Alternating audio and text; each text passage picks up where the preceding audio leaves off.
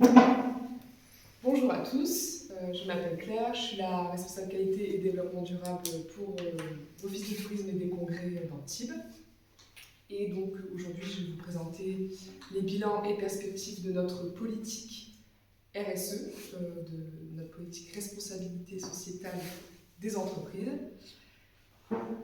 Et donc, dans un premier temps, je vais revenir sur nos engagements internes, puis en seconde partie sur nos 3 projets phares, et enfin je vous ferai nos perspectives pour les années 2025-2026, toujours sur cette politique RSE. Donc sur nos engagements internes, je vais revenir prioritairement sur ce sujet puisque ça marque quand même notre volonté d'aller vraiment plus loin sur ce développement durable.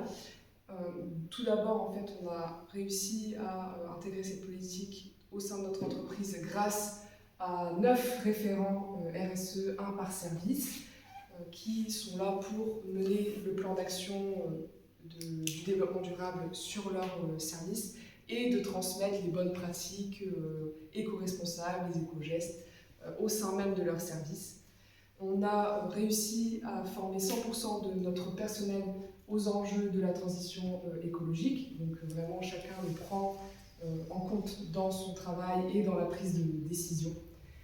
On a également, donc en fait, notre base de cette politique, c'est notre certification ISO 20121 événement responsable.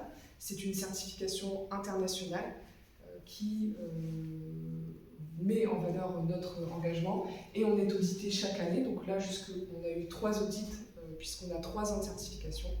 On a été renouvelé récemment en décembre 2024 et donc on a été félicité par l'auditeur qui est un organisme indépendant. J'ai mis d'autres chiffres, par exemple notre politique d'achat qui est ambitieuse, donc on a 20 critères sur 100 qui sont consacrés à la RSE dans nos marchés publics, et aussi, sans oublier l'aspect social-sociétal du développement durable. On a réalisé un barème de la qualité de vie au travail et on a eu une note en interne donc, de nos salariés de 7,8 sur 10, qui est un très bon score. Alors pour suivre, je vais revenir sur les 3 gros projets qu'on a en externe. Donc je reprécise que vraiment en interne c'est important avant de diffuser des sensibilisations et sur ce sujet-là, il faut d'abord être soi-même vertueux. Donc premier projet, c'est notre charte Engagé tourisme durable que l'on a co-construit avec vous, avec nos socioprofessionnels en 2024 et qu'on a lancé début 2025. C'est la première charte de ce type dans le 06 et même en PACA, parce que de toute façon on n'a pas eu de retour d'autres destinations qui ont réalisé la même chose. Ça a vraiment été quelque chose qui a été félicité par notre auditeur. On a 3 niveaux d'engagement qui correspondent à la réalisation de critères et donc d'actions dans des thématiques, dans différentes thématiques. Par exemple, là, sur la gestion des déchets, un des critères, c'est je mets en place le tri des biodéchets. Donc, en fait, il y a plusieurs thématiques comme ça, biodéchets, déchets, gestion de l'énergie, sociale, sociétale, etc. Et donc, cette charte, c'est vraiment quelque chose, c'est vraiment notre projet phare.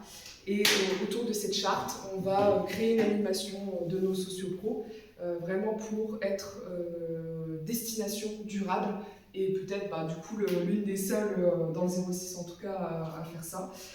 Et donc dans ce cadre-là, on va créer une plateforme d'échange pour vous, pour vos retours d'expérience sur la mise en place du développement durable dans vos structures.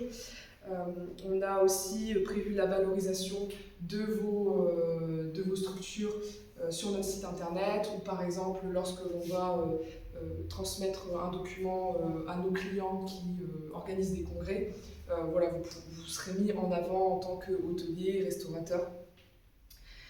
On va également vous conseiller, vous permettre d'avoir un suivi et un conseil personnalisé via mon poste. et pour aller plus loin, de faire des rendez-vous sur site pour vraiment vous accompagner dans la mise en place du développement durable dans votre structure.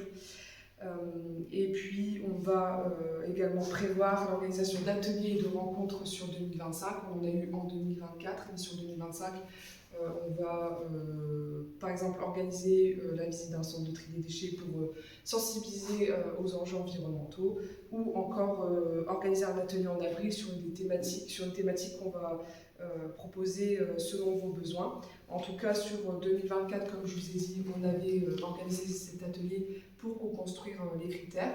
Vous aviez notamment pu échanger avec les services de la ville, les services eau, déchets, mobilité. Par exemple, sur l'eau, ça a vraiment été apprécié parce que c'était quelque chose qui était assez sensible il y a encore 2 ans. Donc, vous avez réussi à transmettre vos problématiques aux acteurs publics et de votre côté, qui puissent vous transmettre les problématiques liées à l'eau.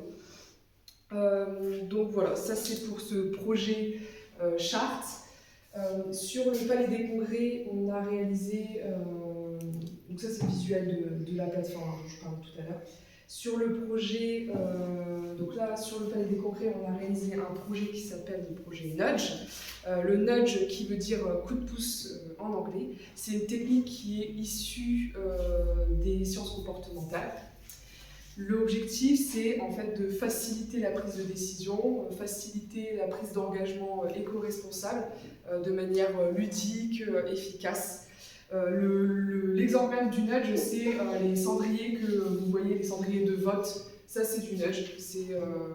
En fait, il y a 2 colonnes, je ne sais pas si vous avez déjà vu, il y a 2 colonnes de vote, genre par exemple mer, vous préférez la mer ou la montagne, et puis les gens votent avec leur cendrier, avec leurs cigarettes. Le but, en fait, c'est de les inciter à mettre les cigarettes dans les cendriers de manière ludique. Donc nous, on a utilisé cette technique au Palais des Congrès.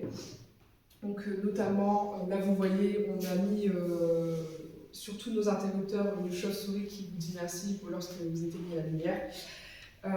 Et puis donc là juste on a revu aussi la façon dont on trie les déchets, voilà, pour que ce soit le plus efficace possible pour la personne.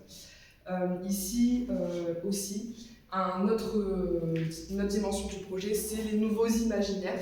C'est quelque chose qui est très utilisé maintenant dans la RSE. C'est aujourd'hui, par exemple, quand vous tapez sur Internet, vous essaierez à la fin, mais quand vous tapez vacances sur Google, vous verrez que tout de suite, c'est l'image d'un avion qui vous apparaît sur le téléphone. Et c'est le cas notamment nous sur notre site internet, c'était un avion qui était mis en avant pour le transport. Et donc pour les nouveaux imaginaires, on va mettre la photo du train pour dire que voilà, vous pouvez venir aussi à Antibes en train et pas forcément en avion qui a un impact carbone quand même plus important. Et donc je vais rapidement passer sur le festival de jazz à Juan.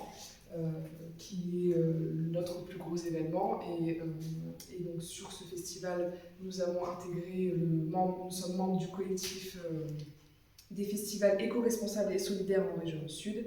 Donc pour cela on a mis un certain nombre de choses en place, notamment la récupération des mégots, le tri des biodéchets qui sont triés sur une plateforme de compost locale.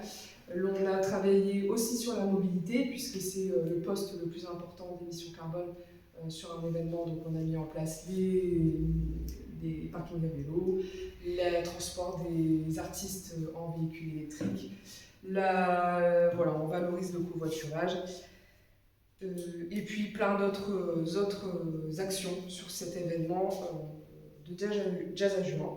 Pour finir, les perspectives 2025-2026, la refonte de notre politique RSE pour l'adapter au plus au changement climatique, aux impacts du changement climatique, une communication plus forte, le passage en LED, des diagnostics énergétiques sur le site pour aller encore plus loin, des actions de formation en interne, etc. etc. Donc voilà, pour finir, je voulais avoir vos avis, vos besoins en tant que socio-pro sur cette thématique-là. Est-ce que, voilà, si on fait un atelier, quelle thématique vous voulez plutôt aborder, voilà.